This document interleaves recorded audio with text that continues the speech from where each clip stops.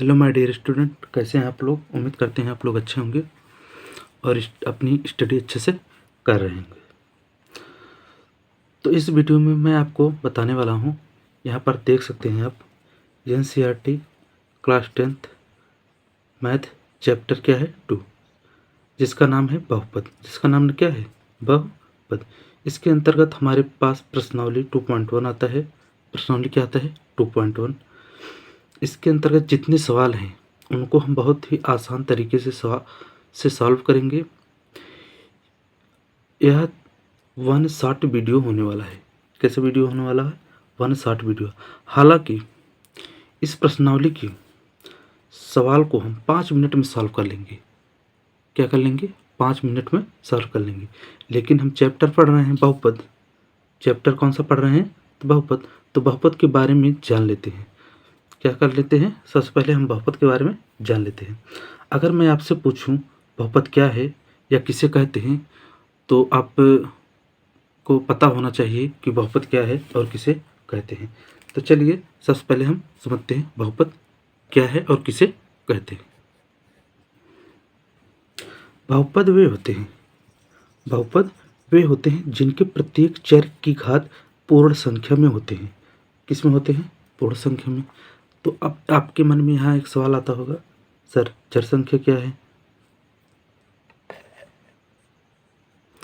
कि चर संख्या किसे कहते हैं। तो आपके मन में एक सवाल आया होगा कि सर चर संख्या अचर संख्या किसे कहते हैं। अगर मैं चर बता देता हूँ तो आपको मन में एक सवाल और आएगा, सर अचर किसे कहते हैं। तो इन सब को हम जानते हुए आगे बढ़ेंगे। तो सर चलिए सबसे पहले हम समझते हैं बहुपद।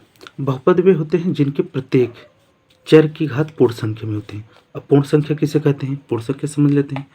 0 से लेकर सभी प्राकृतिक संख्याएं, 0 से लेकर सभी प्राकृतिक संख्याएं क्या होंगी पूर्ण संख्या होंगी। क्या होंगी पूर्ण संख्या होंगी। तो अब हम समझते हैं चर। इसमें आया है ना चर, तो समझते हैं चर किसे कहते हैं। चलिए देखते हैं। चर हम उससे कहते हैं जिनका मान बदल जाए। क्या हो जाए बदल जाए। जिनका मान क्या हो जाए बदल जाए। जैसे यक्स क्या हो गया यक्स, वाई और जेड। इनका मान क्या होता है बदलता रहता है। अलग अलग बहुपद लेंगे और सॉल्व करेंगे तो अलग अलग मान आएगा। अलग अलग बहुपद लेंगे तो अलग अलग मान आएगा। जैसे हम लेते हैं 4x + 1 = 0। अब 4x = -1 तो x बराबर कितना हो जाए -1/4। इसका मान -1/4 है। अब हम लेंगे 2x + 1 = 0 या -1 = 0 तो x बराबर कितना हो जाएगा 1/2। x का मान क्या होता है अलग अलग चेंज होता रहता है। क्या होता है रहता है चेंज होता रहता है। तो चलिए अब हम समझते हैं अचर किसे कहते हैं। अचर का मान नहीं बदलता। अचर का मान क्या होता है नहीं बदलता है। जैसे गिनती 4 हो गए, 5 हो गए, 6 हो गए, ऐसे ऐसे क्या कहाँ तक इनफाइनाइट तक। कहाँ तक इनफाइनाइट तक। हम इसे क्या कहेंगे अचर कहेंगे। 4 को 4 ही कहेंगे। यहाँ 4 को क्या कहेंगे 4 ही कहेंगे। जहाँ जहाँ लिखा जाएगा इसका मान बदलेगा नहीं। जैसे गिनती वाली संख्याएं क्या होंगी गिनती वाली संख्याएं। आप चर और अचर के बारे में जान गए। चर और अचर के बारे में आई होप आपको समझ में आ गया हो गया। जैसे हमने चर का मान हमने यक्स ले लिया। क्या ले लिए यक्स ले लिया। कोई चर है उसका मान यक्स ले लिया। क्या ले लिए यक्स ले लिया। और कोई अचर 6 ले लिया। कोई अचर गिनती ले ली है मतलब 6 ले लिए। तो इसका गुणा करेंगे तो जो गुणनफल प्राप्त होगा क्या होगा जो गुणनफल प्राप्त होगा इसे हम क्या कहते हैं व्यंजक। तो आपको दिमाग में प्रश्न आ रहा होगा सर व्यंजक किसे कहते हैं। चलिए समझ लेते हैं। जब चर और अचर का गुणा करते हैं क्या करते हैं जब चर और अचर का गुणा करते हैं गुणन तो प्राप्त गुणनफल बीजी व्यंजक कहलाता है।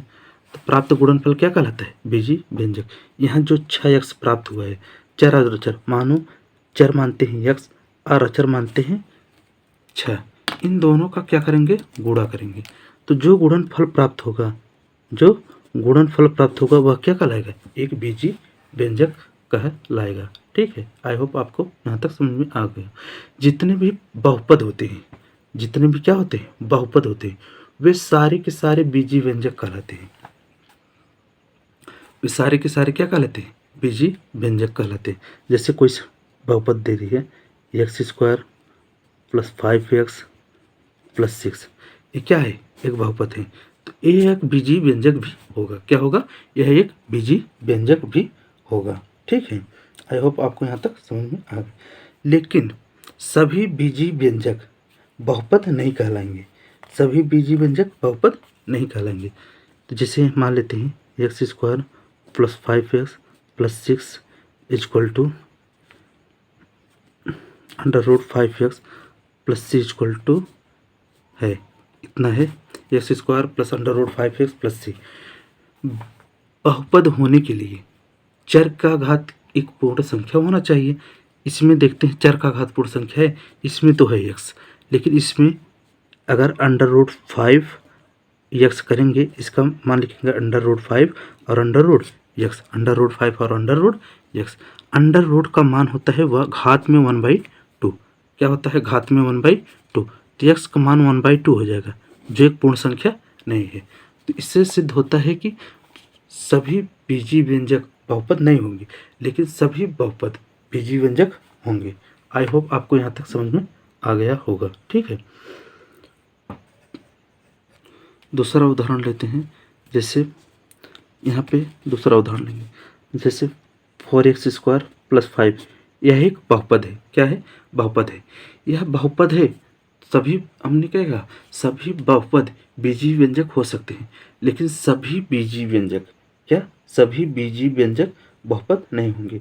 और बीजी व्यंजक भी है, क्या है, यह बहुपद भी है और क्या है, बीजी व्यंजक भी है। अगर रोड में मान लेते हैं 3x + 5 है, रोड में 3x + 5 है, यह बहुपद नहीं है। बहुपद होने के लिए चर का घात एक पूर्ण संख्या होना चाहिए। यहाँ चर का घात √3 लिखेंगे, √x लिखेंगे, +5 लिखेंगे। यहाँ √x का है जो x का 1/2 हो जाएगा, इसे हो जाएगा 0.5, यह एक पूर्ण संख्या नहीं है, इसलिए √3x + 5 एक बहुपद नहीं है, क्योंकि प्रत्येक चर का घात क्या होना चाहिए, पूर्ण संख्या होना चाहिए। ठीक है, आई होप आपको यहाँ तक समझ में आ गया होगा ना। चर की घात 1/2 है, 1/2 तो पॉइंट बदलेंगे 0.5 होगा, 0.5 एक पूर्ण संख्या नहीं है, इसलिए √3 + 5x क्या होगा, एक बहुपद नहीं है। तो अब चलिए समझते हैं बहुपद को पहचाने कैसे। अब क्या समझेंगे बहुपद की पहचान। तो चलिए लिखते हैं, कोई क्वेश्चन लिखते हैं। जैसे x² + 6x + 7, एक इक्वेशन हो गया, पहला इक्वेशन। दूसरा इक्वेशन लिखते हैं x² + रोड में 4x + 3। तीसरा इक्वेशन लिखते हैं x² + रोड में 4 और बाहर x + 3। तो इनमें बताइए कौन बहुपद है और कौन नहीं है। तो बहुपद के लिए क्या बताया था मैं, बहुपद के लिए बताया है कि प्रत्येक चर की घात पूर्ण संख्या होनी चाहिए। तो चलिए देखते हैं, चर घात पूर्ण संख्या होती है, तो चर मतलब घात क्या होगी, पूर्ण संख्या होगी। 0 होगा, 1 होगा, 2 होगा, 3 होगा, 4 होगा, 5 होगा, ये सब क्या होंगी, पूर्ण संख्या होंगी। तो चलिए देखते हैं x², पहले में x² + 6x + 7। अब इसमें समझते हैं, दिया है x की घात इसमें कितना है, पहले देखते हैं x की घात कितना है, x की घात 2 है, x की घात 2 है। अब देखते हैं 6x वाले में, 6x वाले में x की घात कितना है, x की घात 1 है। 6x वाले में x की घात कितना है, 1 है। तो इसमें सभी का घात एक पूर्ण संख्या है, सभी का घात क्या है, एक पूर्ण संख्या है। अतः x² + 6x + 7 एक बहुपद है, क्या है, बहुपद है। अब दूसरा देखते हैं, दूसरा क्या है, x² + रोड में 4x + 3, क्या है, +3। अब चर की घात पूर्ण संख्या होनी चाहिए, बहुपद के लिए क्या होनी चाहिए, पूर्ण संख्या होनी चाहिए। तो चेक कर लेंगे, तो चेक कर लेते हैं, देखते हैं। इसमें पहले x की घात कितना है, 2 है। पहले x की घात कितना है, अब रूट 4x और रूट x, रूट 4 कम लिखेंगे तो x हो जाएगा, लेकिन रूट x, रूट मतलब होता है 1/2। 1/2 एक पूर्ण संख्या नहीं है, तो इसमें रूट 4x की घात एक पूर्ण संख्या नहीं है। पूर्ण संख्या नहीं है तो चर नहीं होगा, तो चर नहीं है तो बहुपद भी नहीं होगा। क्या होगा, बहुपद भी नहीं होगा। समझ में आया। अब तीसरा भी देख लेते हैं। तीसरे में है x² प्लस रूट में 4, बाहर x प्लस 3 है। ठीक है, बाहर x है, इसमें x की घात इसमें कितना है, 2, इसमें x की घात कितना है, 1। दोनों संख्याएं चर घात क्या है, पूर्ण संख्या है, तो तीसरा भी क्या होगा, तीसरा एक बहुपद होगा। तो आई होप आपको यहाँ तक समझ में आ गया होगा। अब हम जानेंगे कि एकपदी, द्विपदी और त्रिपदी बहुपद क्या है। एकपदी, द्विपदी और त्रिपदी बहुपद क्या है। एकपदी, द्विपदी और त्रिपदी बहुपद और रैखिक बहुपद, द्विघात बहुपद और त्रिघात बहुपद किसे कहते हैं। तो चलिए देखते हैं, क्या देखते हैं। मान लो क्या, मान लो हमने एक इक्वेशन लिया 2x, दूसरा इक्वेशन लिया 2x² प्लस 15 या 5, कुछ भी आप रख सकते हैं। y के फॉर्मेट में भी रख सकते हैं, जिस जेड के फॉर्मेट में भी रख सकते हैं। और तीसरा हम लिखते हैं y प्लस 5y प्लस 3। एक पदी व्यंजक, एक पदी बहुपद मतलब जिसमें एक पद हो, जैसे इसे एक पदी बहुपद कहेंगे। द्विपदी बहुपद जिसमें 2 पद हो, क्या हो, 2 पद। त्रिपदी बहुपद जिसमें 3 पद हो, क्या हो, 3 पद हो। मैक्सिमम 3 पद होने चाहिए, उसे कहेंगे त्रिपदी बहुपद। अब समझते हैं रैखिक बहुपद। रैखिक बहुपद क्या है, एक पद में तो जानिए बीच में।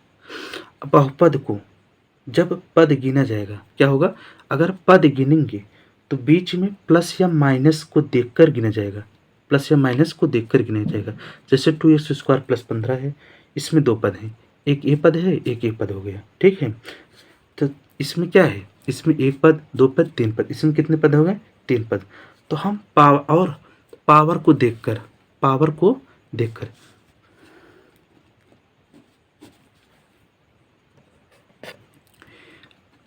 रैखिक बहुपद, द्विघात बहुपद और त्रिघात बहुपद कहेंगे, जिसमें पावर 1 रहेगा, जिसमें यक्स का चर का पावर 1 रहेगा, उसे हम कहेंगे रैखिक बहुपद।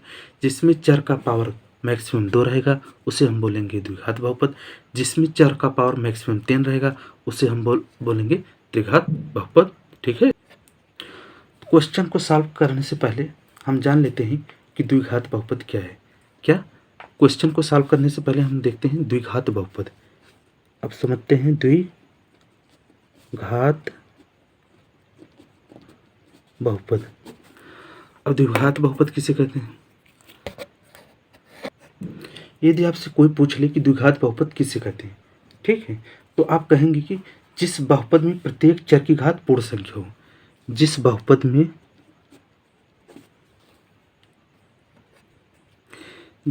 में प्रत्येक चर की घात पूर्ण संख्या में हो, उसे क्या कहते हैं, द्विघात बहुपद। अगर मैं आपसे कहूं कि द्विघात बहुपद का व्यापक रूप क्या होता है, क्या होता है, तो आप कहेंगे, अगर मैं कहूं कि द्विघात बहुपद का व्यापक रूप लिखिए, तो आप कहेंगे कि ax² plus bx plus c, ax² plus bx plus c यदि है, इसे कहेंगे द्विघात बहुपद। क्या कहेंगे, यदि इसे कहेंगे द्विघात बहुपद का व्यापक रूप, द्विघात बहुपद का व्यापक रूप। यदि इसी इक्वेशन में ax² plus bx plus c बराबर 0 लिख दें, क्या लिख दें, बराबर 0 कर दें, तो यह इसे क्या कहेंगे हम, द्विघात समीकरण। क्या हो जाएगा, यह हो जाएगा द्विघात समीकरण, द्विघात समीकरण का व्यापक रूप, द्विघात समीकरण का व्यापक रूप हो जाएगा। क्या हो जाएगा, द्विघात समीकरण का व्यापक रूप। मैं आपसे कुछ प्रश्न पूछता हूँ, जैसे मैं आपसे कुछ प्रश्न पूछता हूँ, जैसे देखिए, जैसे 6x² प्लस 8x प्लस 7 में बी व सी की वैल्यू क्या है? बी व सी की वैल्यू क्या है? वैल्यू क्या है? अब बताइए बी व सी की वैल्यू क्या है? तो हम क्या करेंगे, ax² प्लस bx प्लस सी से तुलना करेंगे। इसमें देखो ए के स्थान पर 6 है, बी के स्थान पर 8 है, सी के स्थान पर 7 है। तो हम कहेंगे बी के बराबर 8 और सी बराबर कितना है 7। बी का वैल्यू और सी का वैल्यू कितना है 8 और 7। यदि आपसे एक और प्रश्न पूछें, जैसे एक और प्रश्न पूछते हैं, जैसे 5x² प्लस 10 में 5x² प्लस 10 में बताइए बी का मान क्या होगा? बी का मान बताइए। अब बी का मान बताने के लिए सबसे पहले आप देखेंगे इसका इक्वेशन से तुलना करेंगे। किस इक्वेशन से? x² प्लस bx प्लस सी से तुलना करेंगे। इसमें देखो bx के फार्म में कुछ नहीं है, ए का स्थान पर 5 है, bx इस इक्वेशन में नहीं है, तो बी बराबर हम मानेंगे 0 और सी बराबर कितना मानेंगे 10। सी बराबर कितना मानेंगे 10। तो इक्वेशन हो जाएगा बी का मान कितना हो जाएगा 0। बी का मान कितना हो जाएगा 0। आई होप आपको यहाँ तक समझ में आ गया होगा। ठीक है, तो चलिए अब हम क्वेश्चन को सॉल्व करते हैं। हम लोग द्विघात बहुपद और द्विघात समीकरण में बहुत कंफ्यूज होते रहते हैं। ठीक है, अगर कोई इक्वेशन है जैसे 4x² कितना क्या है 4x² प्लस 5x प्लस सी बराबर 0, तो यह बहुपद नहीं कहलाएगा। अगर बराबर 0 आ गया तो हम इसे कहेंगे द्विघात समीकरण। क्या कहेंगे? द्विघात समीकरण। 0 हटा देंगे, 0 हटा देंगे तो द्विघात बहुपद कहलाएगा। तो आप कहेंगे कि कैसे सर? तो चलिए समझते हैं। द्विघात बहुपद का व्यापक रूप होता है, द्विघात बहुपद का व्यापक रूप क्या होता है? ax² प्लस bx प्लस सी के रूप में होता है। लेकिन द्विघात समीकरण का व्यापक रूप ax² plus bx plus C equal to 0। यही है द्विघात बहुपद का व्यापक रूप और द्विघात समीकरण का व्यापक रूप। ये है ये व्यापक रूप बहुपद का और यह है द्विघात समीकरण का। किसका है? द्विघात समीकरण। तो आई होप बताइए आप इसमें बताइए 8x घाते 4 plus 6x घाते 7 plus 5x एक इक्वेशन है। क्या है? एक इक्वेशन में बहुपद की घात बताइए। अब आपको कोई इक्वेशन दे दे, पूछ ले बहुपद की घात बताइए, तो बहुत से लोग होंगे बहुपद यहाँ 7 7 4 11 11 1 12 बता देंगे, लेकिन ऐसा नहीं होगा। ठीक है,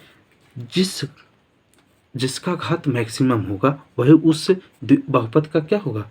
घात होगा। जैसे इसमें सबसे मैक्सिमम घात कितना है 7, इस बहुपद का घात कितना हो जाएगा 7। ठीक है, तो चलिए अब हम इक्वेशन को सॉल्व करते हैं। इक्वेशन है किसी बहुपद px के लिए y बराबर px का ग्राफ नीचे आकृति 2.10 में दिया है। प्रत्येक स्थिति में px के शून्यकों की संख्या ज्ञात कीजिए। अब px शून्य मतलब x को कोई दूसरी रेखा को ये y एक्सिस है, ये x एक्सिस है, तो x को कोई तीसरी रेखा कितने बिंदुओं पर काटती है वही उसका आंसर होगा। चलिए देखते हैं।